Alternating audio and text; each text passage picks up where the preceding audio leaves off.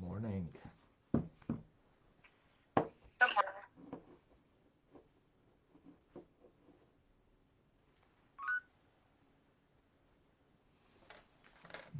Okay.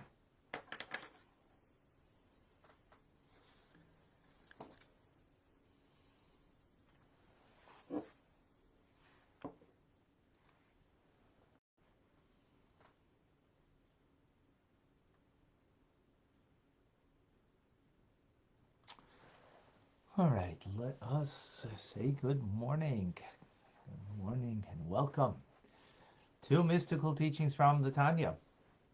Rabbi Ronnie Fine coming to you from Chabad Tzrichen Kadeshim in Montreal, Canada, where it's a privilege and a pleasure to share with you the Tanya. We say hello to John in North Carolina, Robert in Boston, good morning, Darren. Good evening to you all the way in the Philippines. And Davida and Liba in New York, welcome. Okay, Tov. Erica is with us in Norway, good afternoon. Eric from Solingen. Oh, okay, where is that? Thank you for joining. Who else is with us? Susan in Scranton, Pennsylvania. Eugene is with us in Calgary. June in Australia. TJ also in Australia. Welcome. Rena in Colorado. Boker Tov. Andrea in Phoenix. Good morning. And Michael in Ontario, where it's rainy. And Diane also in Ontario. London, Ontario. Welcome. Perhaps raining there too, like here. Actually, it's kind of drizzle day today.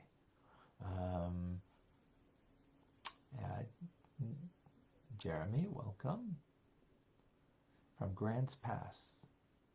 Okay. I'm not certain where that is, but welcome. Martha is with us from Florida. And Anna in Budapest, Hungary. Tim in Texas, welcome. Germany. Okay, Eric is in Germany. Beautiful. Bachi and David in Montreal. Dam is with us. You have to remind me. Galise, good morning. In Indonesia, right. And welcome. We have in Clubhouse, we have Sina, we have Michael, Vilma, welcome back. And Michael and Bachi, of course. Welcome to everybody. Rabbi Ronnie Fine. Hi, this is Sina. I just wanted to say before you start, the Clubhouse room is locked, which means that public members of Clubhouse will not be able to find it. Only members of the Chabad Club will be able to join. Oh, that's not good. How do we So how do we do that? I just wanted to let you know before you started. Thank you. No, thank you. How do we fix that? I am not sure. I'm not a moderator. That's all I know. I try to ping people in so they could join in. Right. Aha. Okay. Let visitors in. Okay, I put let visitors in the room. Oh. Also, if you pull down to refresh, sometimes that will help when people are speaking and you can't see them. If you just pull down, there will be a little circle loading symbol, and it will refresh the whole page, so you will be able to see who's speaking, who left, who joined. Right. Oh. Okay. Thank you. Okay. I fixed that, Sina. Thank you very much for letting us know. So I just fixed that issue. So we should be good to go. Okay. Let us begin now. We're in chapter 51. We only have these 3 chapters left of the first part of Tanya, which we will conclude next week. We will have a siyum, a conclusion, which will be great, that we've journeyed together for almost 6 months, learning on a daily basis. So, coming to the conclusion, these last 3 chapters, let us get some background on what's going on over here. So we can have sort of like resetting the room in a way. If you recall, the title page from Tanya that all these 53 chapters are based on one verse in Deuteronomy. For this thing, meaning your Torah mitzvahs, Judaism, relationship with God, is very close to you. In your mouth, in your heart, to do. And as we explained, we're not going to go into all of the explanations, of course, that we previously went in great depth. But ultimately, la soisei means to do. Even our heart that brings us a love and awe of God, it's in order to bring us to do action, to do a mitzvah. And later in chapter 35, we gave from the Zohar a teachings that to have the divine presence rest on the individual is when you have a wick, metaphorically, you have a wick that has fuel that goes through the wick and creates a light. The light is the Shekhinah, the divine presence of God. The wick is the body, and the fuel, the oil, is not the soul, the godly soul, as we explained at length, because the godly soul, even though it's godly, it is still it's a conscious entity. It has its own sense of being, divine being, but being, and therefore it's not totally one with the divine. So even the love of the soul, it cannot be the fuel in order to create the presence of God, the Shekhinah, upon us. What is it? Good deeds, mitzvahs, as we explain. And that's what we explain. Through the action of doing a mitzvah, chapters 35, 36, and 37, we create a light through the conduit of the wick, which is the body. The body has to be engaged because it's, you stretch your arm to give charity, you put tefillin on your arm, you light Shabbos candles, and the like. You use your legs to walk, to synagogue on shul, to shul on Shabbos rather, and the like. And then it included everything of the material world that we use towards the mitzvah. Then we went and explained, well, you can do the mitzvah in physical action, but in order that it should be consistent and constant, and that it should be done what we call with kavana lishma, with intent, for the sake of to attach ourselves to God and to create that divine light that engages us, the Shekhinah, you need love and awe of God. So we went through chapters 37, 38, 39, explaining that concept, and then 40 through 51, which we finished, 41 to 50 rather, that we finished yesterday. Then we explained different types of love of God. The point of the love of God, again, is bilvavcha, in your heart, la'asaisa, to bring you to do the mitzvah. So the love is not a end in itself. It's not about the experiencing of love. It's about having that love as a motivator so that we do the mitzvah. And the mitzvah, again, is the fuel that brings the light of God into our lives. That's what we explain. Now, the Alter Rebbe in this chapter says that we need further explanation of that metaphor of the oil being mitzvahs, good deeds. Why? Because everywhere else, when we study the concept of oil, it always refers to chachma, wisdom. And why does oil refer to wisdom? Because wisdom, chachma, is the first of the 10 divine attributes and first of the 10 powers of our soul. It is greater than the others and the source of the other attributes of our soul. So it kind of rises above. Just like oil, when you mix it with another fluid, when you put it together with water, for example, the oil floats to the top. So it's above, yet oil also penetrates other things and becomes part of that thing. And that's what Chokhmah. Chokhmah is like the Yud in God's name. It is the point, the quintessential point that is what carries and holds and is a recipient of the Ein Sof of the divine, the limitless divine light of God. So it becomes then the carrier of it, enabling that it should then infuse the rest of the 9 divine attributes and the rest of the 9 powers of our soul. Right? So that being the case, again, the question that we need to understand, we have the metaphor of oil in 2 different manners. One is a mitzvah, good deed, and one is chachma. There must be some kind of connection between them. So we're going to leave that thought now, or that question, and we're going to go first to understand, what do we mean when we say Shekhinah, the divine presence of God, which, by the way, is the female part of the divine, as opposed to the male, which is HaKadosh Baruch Hu, the Holy One, blessed be He. It's the female part of the divine. What does it mean that it dwells in the Holy of Holies? Meaning, in the times of the Holy Temple, the divine presence of God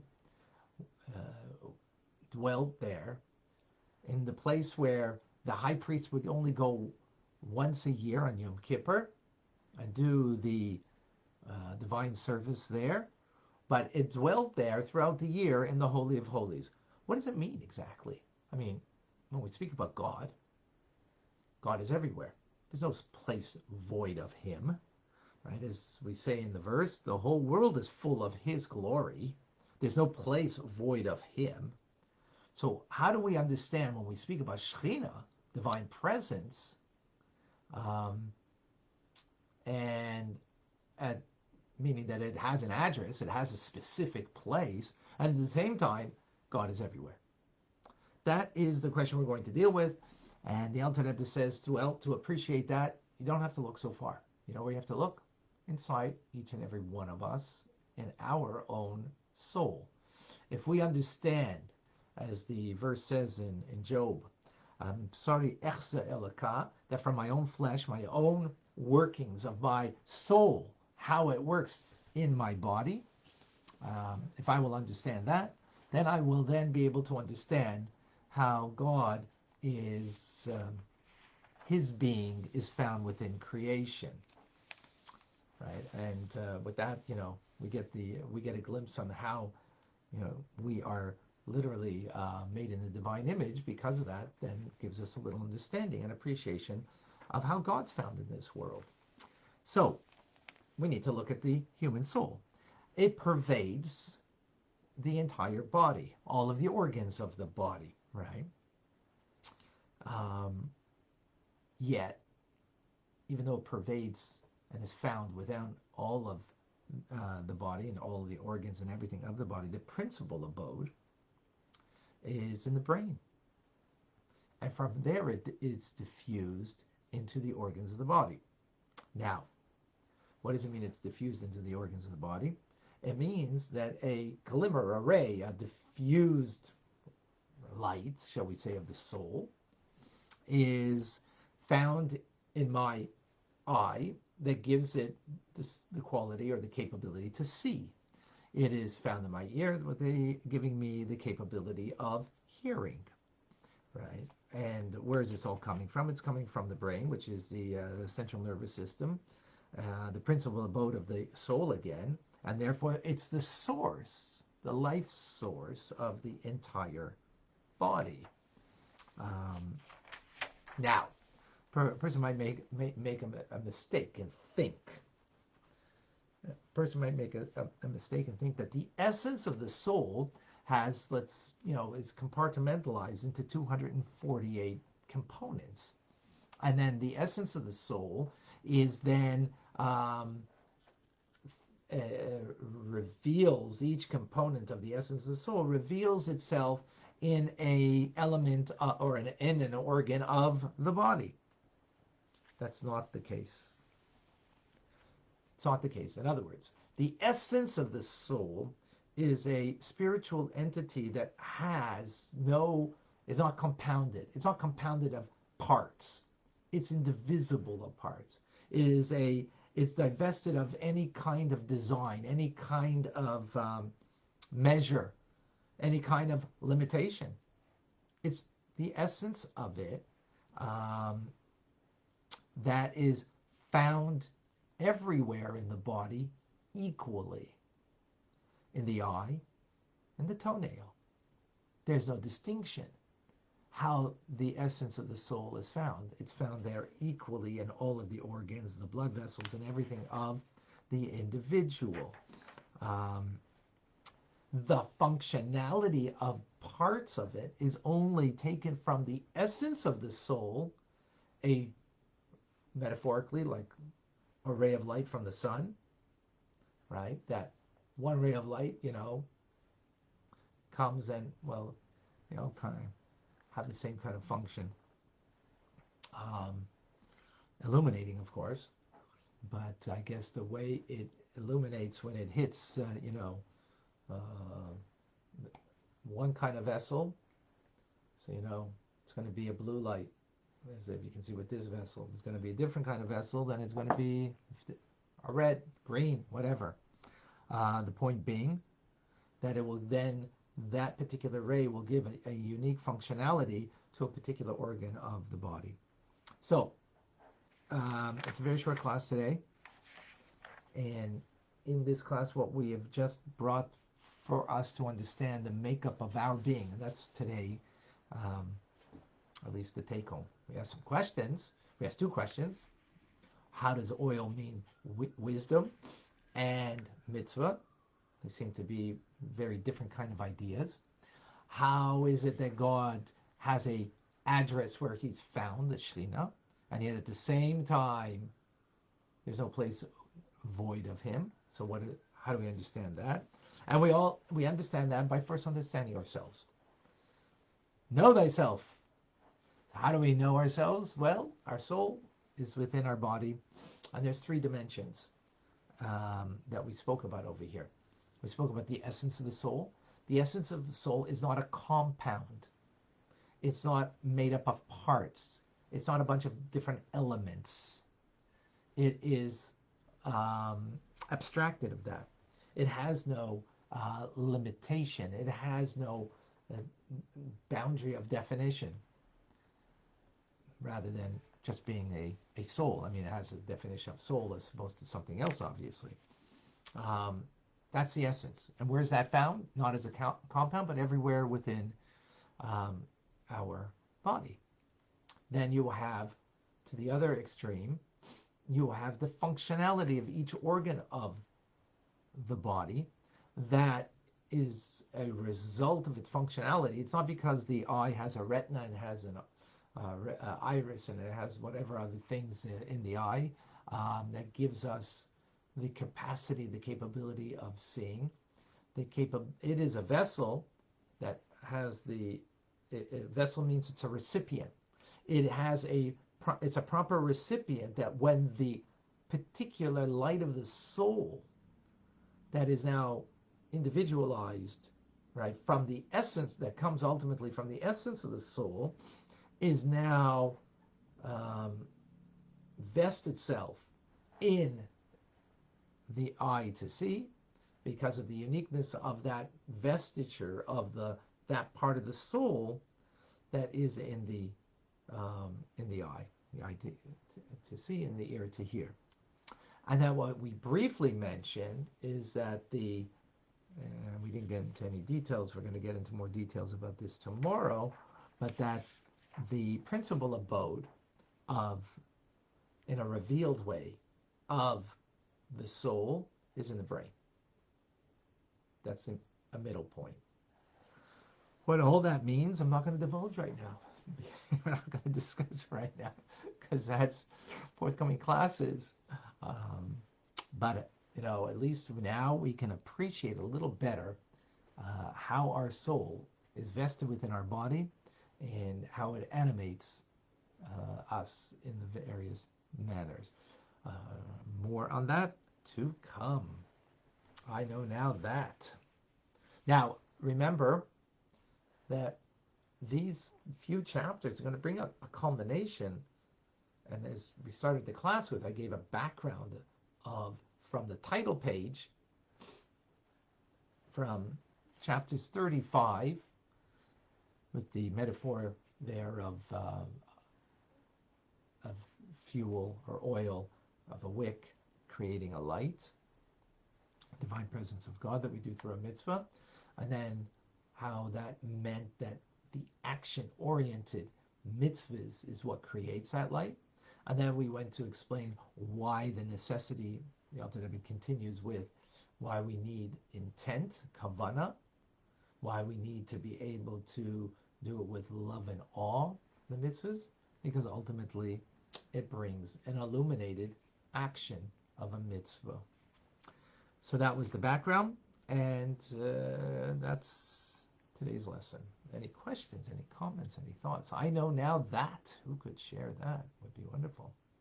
I think there was someone on Clubhouse that put up their hand earlier, and I was in the middle of teaching. I noticed it for a moment, but didn't have the wherewithal to do two things at once. If there's anybody, Adi, Rabbi Chaim, Shana, Michelle, Mer, Sina, Vilma, Dacia. Do we have any questions over here? There is a question, Mary Schulmeyer. Oh, okay. Let me find that. Thank you very much.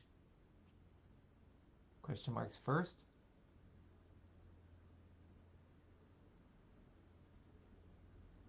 The volume is low. Uh-oh. Is there a problem on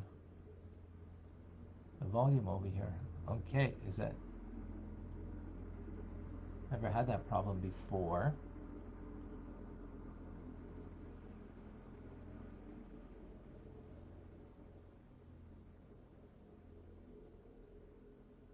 Oh. I don't even know how to do that, Davida. How to increase the volume.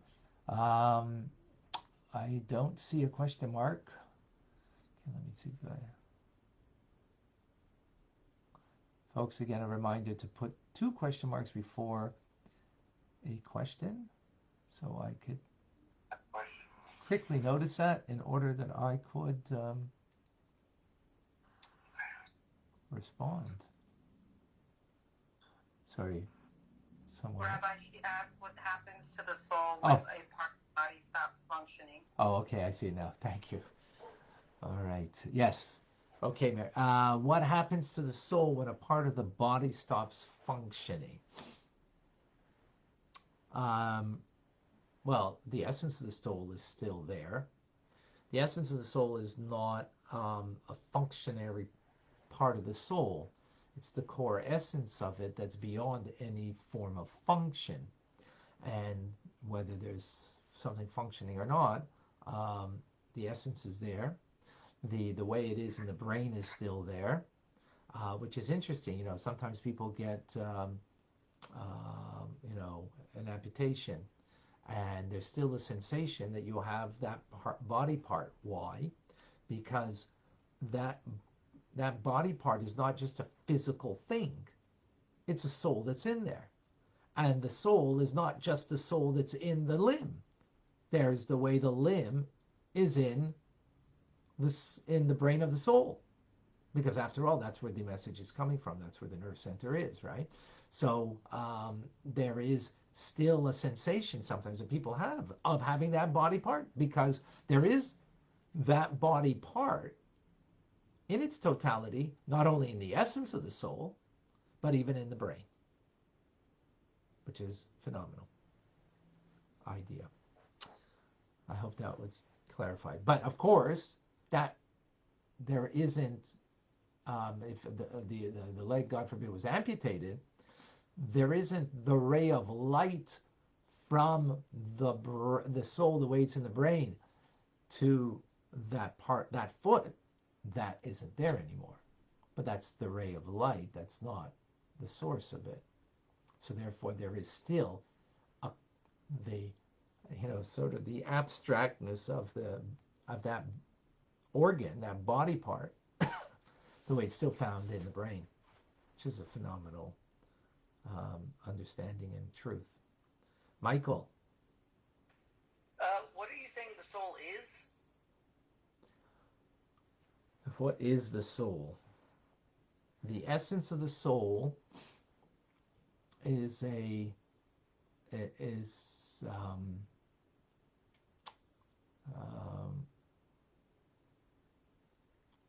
a part of God that is a part of God that it's the essence of it, just like God is the source of all life giving of vitality and life. So it imparts in the soul, God imparts in the soul also life and vitality. So it is the essence of life and the essence of vitality that is beyond the functionality of life, right? Like the functionality of life is that I can, now extend my arm and be kind to a person, be charitable, be there, give a hug to a person. That's a functionality. But the essence of life is beyond the functionality. So what are you saying is distinctive from the essence of life of a human versus a living, breathing animal? So, very good question. So an animal also has, a soul. It's an animal soul. It's not created in the image of God. Human being has in the image of God. So it's got, so the animal has vitality, but it's vitality of, animal vitality, which is, the capacity.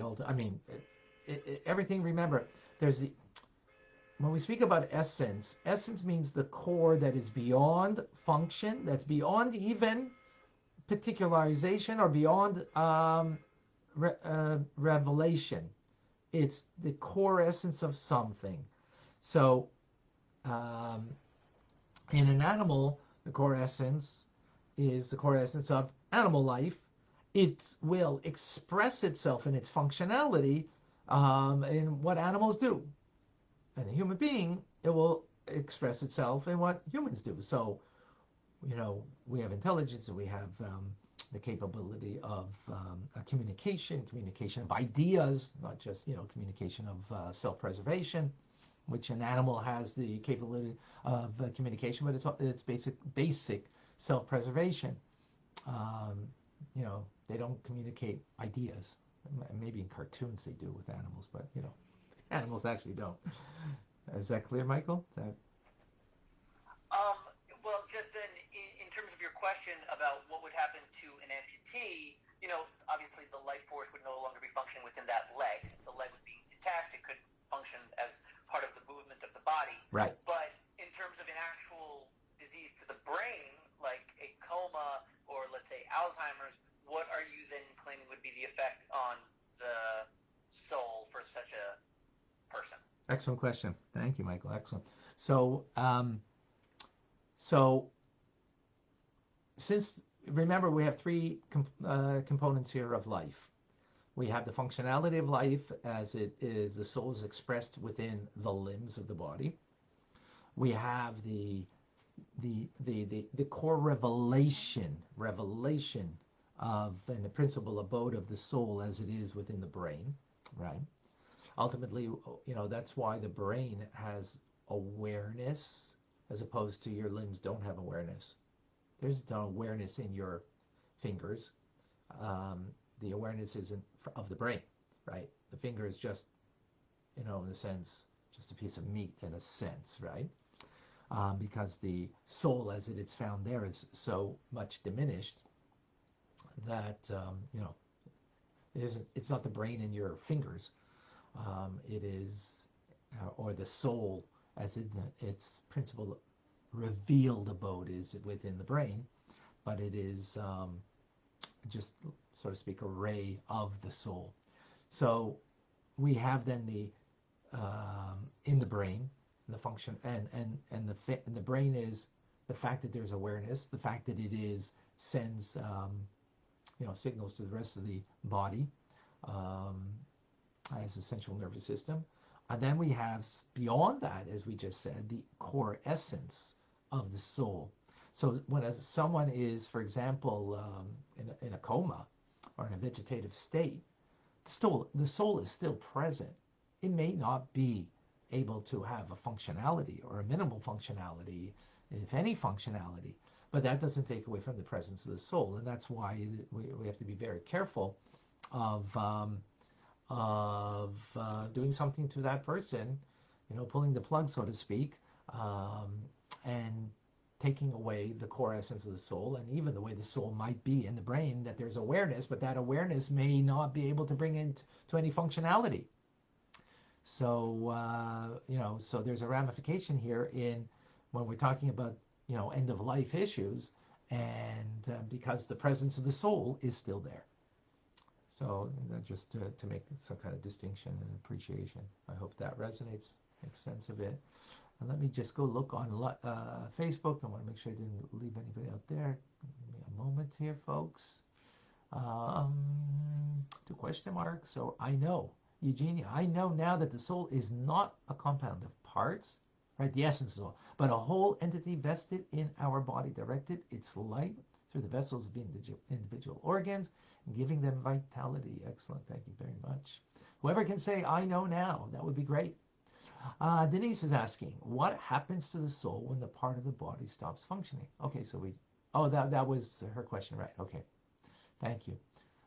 Elizabeth, in regards to the Shekhinah, the divine presence of God, does that mean that Hashem dwells within each and one of us everywhere we go? Elizabeth, you're going to have to come back because we're now just in the metaphor. And what is the analog?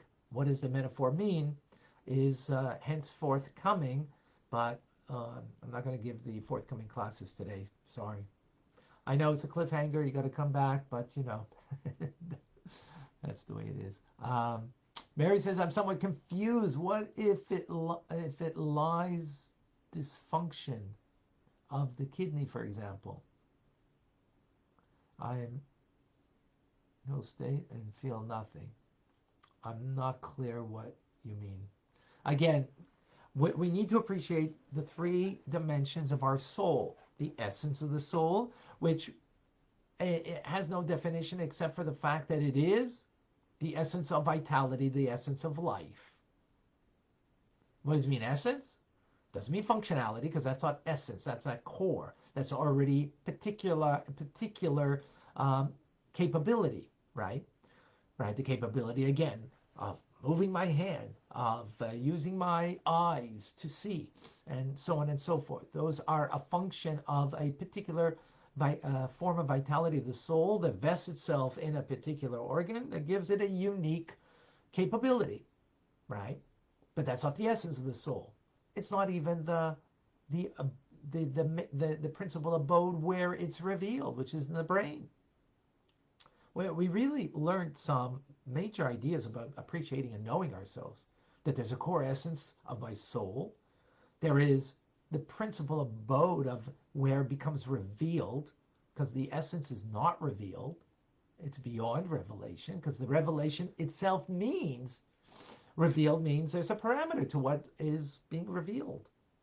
So when it's revealed in the brain, that's what gives the brain, the human brain, awareness. Again, where there isn't. There's an I there. And gives from there the functionality, the third element, to every limb of the body, where the soul vests itself. Okay. Hope that was Jane. Please help clarify. A friend wants me to ask this. Tanya is about a Jewish soul, which is different from a non-Jew, Gentile, or a Noachide. How can we apply Tanya? Okay. So, someone who isn't Jewish or a Noachide, you can apply many of the principles. And, the Alter Rebbe did, to be quite frank and honest, he did write this for his Hasidim, his followers, and for the Jewish people. However, that being said, many of the principles can be applied. There might be some kind of distinction, adjustment in the application, but the basic principles, many of them do apply, or not most, all do apply. Now, of course, the particular mitzvah that we speak about, like observing Shabbos, eating kosher, celebrating the holiday Shavuos that's coming up, so that doesn't apply the particular mitzvah, but the concepts of appreciating and knowing who we are and what our purpose is and what God needs us for. So many of them are very they're universal. But I can't each time necessarily make the where's the distinction. I don't know. I'd have to think about it even. Not always might be so clear and obvious. Okay, Davida, I think I answered all those questions. Please let me know. Do we see our dogs when we pass away? You don't go to dog heaven. You go to God heaven. Dog is the opposite of God. So you're going to go to God's heaven. I just made that up. Are you going to see? No, I don't think so. I don't know. I haven't been there, but I think you have something much better waiting for you than a dog's heaven. Much, much better. Much, much better. So I think I answered. I hope our loved ones are more valuable than our animals. And if they're not, I really, and you might not like what I'm going to say, I really believe that you need to question yourself about that. Why is it that an animal is more important to you than another human being, family member? That family member maybe you're on the outs with, but they shouldn't be more your animal shouldn't be more important. And if yes, we've got a lot of time to learn. And I'm sorry if I hurt anybody's feeling. I don't do it to hurt your feelings. I just want to kind of reset our priorities and focus of, if the soul is the source of vitality, an animal does not have our soul. We don't have the animal's soul.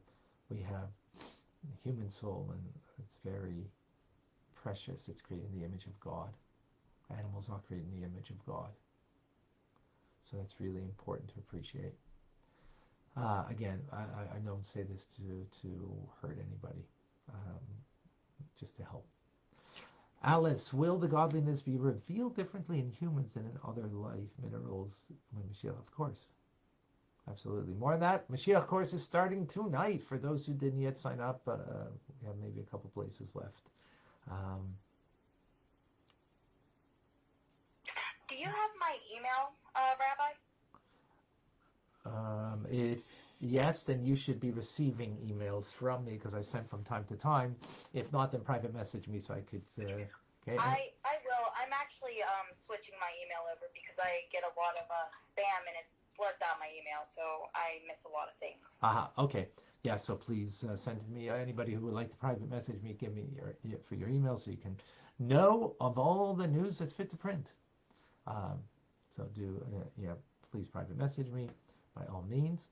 And any other questions, any comments? I think I got everybody. How to sign up for tonight's study. So go to JLIMontreal.com. I put it on Facebook, but I made a space between the dot and com because otherwise they won't. Facebook is not allowing any competition with them. They want you to stay on their platform, so you can't even put in a website that would lead you somewhere else. That's what's happening. Okay, Diane. Okay, you should be receiving it, your textbook, and if you didn't, you'll be getting it either today or tomorrow, I think. Double check that, but we sent you a PDF at least for the first class. Okay. Audrey and Alexis, Chaim, Mer, Adi, Michelle, Vilma. Thank you for sharing, Sina. Batya. Anybody else over here? It's good to be back, Rabbi. Thank you. Yes, welcome back. Welcome back. God bless. Okay.